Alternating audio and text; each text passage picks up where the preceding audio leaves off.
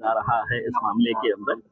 हर आरोपी को, मेरा मतलब ये है आरोपी एक्यूज्ड पर्सन को ये अधिकार होता है कि उसके ऊपर अगर कोई आरोप लगे है तो वो अदालत जा सकता है, बेल के लिए अप्लाई कर सकता है, अपना पक्ष अदालत के सामने रख सकता है। निचली कोर्ट में इस लड़की को बेल नहीं मिली, उसका राइट है कि वो हाई कोर्ट में जाए, हाई कोर्ट में रिजेक्ट होती है तो सुप्रीम कोर्ट में जाए। ये कानून का नियम है। इस लड़की के ऊपर महज आरोप है और उस आरोप के तहत अगर पुलिस ने उसको गिरफ्तार करके लेके गई है तो पुलिस अपना काम करेगी। न्याय प्रणाली, जुडिशरी जो है वो अपने लेवल के ऊपर अपना काम करेगी, उसके अंदर क्या सच्चाई है क्या गलत है करके।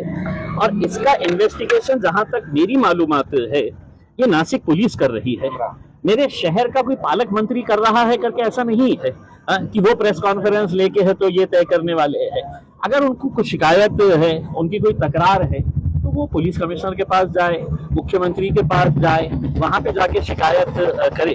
लेकिन उन्हें ऐसा लग रहा है कि इतने टाइम से जो मैंने इनके भ्रष्टाचार के पलीदा खोला था पूरा, उसमें वो किसी तरीके से ऊपर नीचे मैनेज करके बच तो गए हैं। अब उन्हें लग रहा है कि ऊंट पहाड़ के नीचे आया है तो जितनी धुलाई कर सकते हैं धुलाई कर ले। सिरसाट साहब, इतना ही अगर तड़प जो आपकी अभी बार बार प्रेस कॉन्फ्रेंस ले रहे हैं, मीडिया को बुला रहे, उस वक्त भी अगर ऐसी तड़प रहती और जाते मुख्यमंत्री के पास और कहते कि साहब ये आदमी ने मेरे ऊपर है तो बहुत गंभीर आरोप लगाया है, इसकी उच्च स्तरीय इंक्वायरी करे और अगर मैं निर्दोष निकला इसमें से तो इम्तियाज जलील को फांसी पे लटका है, मैं लटक जाता। लेकिन जो सर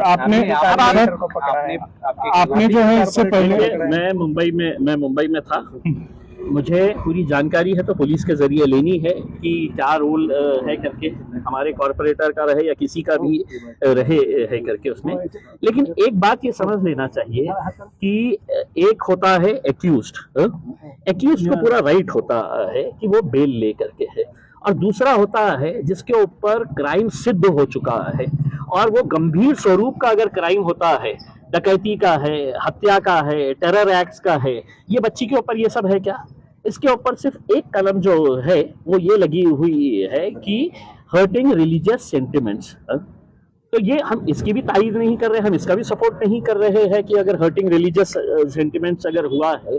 लेकिन दुर्भाग्यवश अब ये हो गया है कि कोई आरोप लगता है किसी के ऊपर और हमारे देश का मीडिया है तो दिल्ली से आ जाता है, बंबई से आ जाता है और सिर्फ यही उम्मीद करता है कि अब आरोप लग गया है तो चलो फांसी पे लटका दो लोग करके। तो ये बच्ची के साथ भी वैसे ही हो रहा है। हमें विश्वास है कि पुलिस और अदालत जो है वो पूरा इम्पार्शियल तरीके से काम करेगी। सर, आपने पिछली बार कहा था कि निदा खान को जो है आपका सपोर्ट है, अब जब वो आरोप साबित हुआ कि अगर वो गलत नहीं रही तो मैं उसके साथ में हुआ, तो आप अभी भी उसके साथ में? मैंने भरी सभा के अंदर ये कहा था, मैंने एक टीवी चैनल के अंदर ये कहा था कि उसकी कहानी देखने के बाद, सुनने के बाद, उसका एफआईआर पढ़ने के बाद मैंने एक स्टेटमेंट दिया था।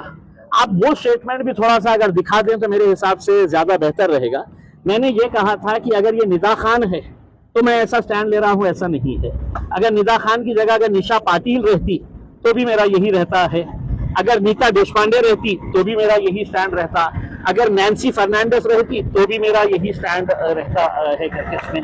तो हम जो है वो एक बच्ची का जो लीगल राइट है, हम उस लीगल राइट के बारे में बात कर रहे हैं। आप कह रहे हैं कि नहीं, नीचे की अदालत में हो गया है तो अब उसको फांसी हो जाना चाहिए करके इसमें। तो अनफॉर्चुनेटली ये जो मीडिया ट्रायल चल रहा है ये अगर हट गया तो मेरे हिसाब से वो बच्ची को 100% इंसाफ मिलेगा, हमें पूरा विश्वास है। सर, कुछ नहीं